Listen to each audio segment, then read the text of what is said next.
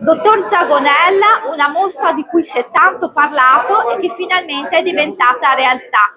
Secondo lei, per la città di Vittorio Veneto, che cosa rappresenta vivere un'esperienza culturale di questo tipo? Ma sapete, questo qua è un patrimonio che esiste solo a Vittorio Veneto e che vada inserito proprio nella patria di Lorenzo da Ponte, nel suo luogo di nascita, mi riempie di soddisfazione.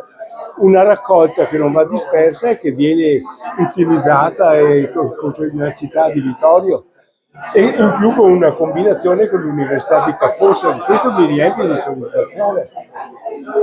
Può spiegare come mai sono state accostate due figure proprio come quella di Casanova e di Da Ponte? Ma ho detto prima anche nella conversazione che in occasione del 300° della nascita di Casanova ho voluto ricostruire una loro conoscenza, una loro contatti epistolari, le loro conoscenze e approfittando del 300° della nascita di Casanova ho voluto scrivere un libro sui loro rapporti e quindi poi questo si è materializzato in questa mostra.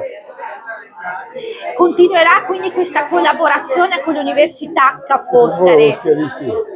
Quali iniziative vorrebbe che venissero incentivate? Beh, la maggiore conoscenza e sviluppo dell'opera di Da Ponte.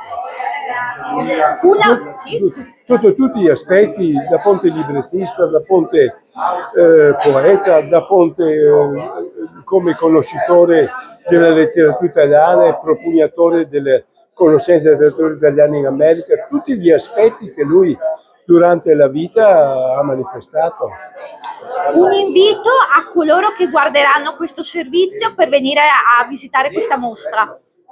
Ma insomma c'è tanta cosa e quindi penso che uno possa rimanere soddisfatto di questa mostra, perché abbiamo sia materiale antico sia materiale dei nostri giorni, quindi sono 2 secoli di materiale esposto, 2 secoli abbondanti.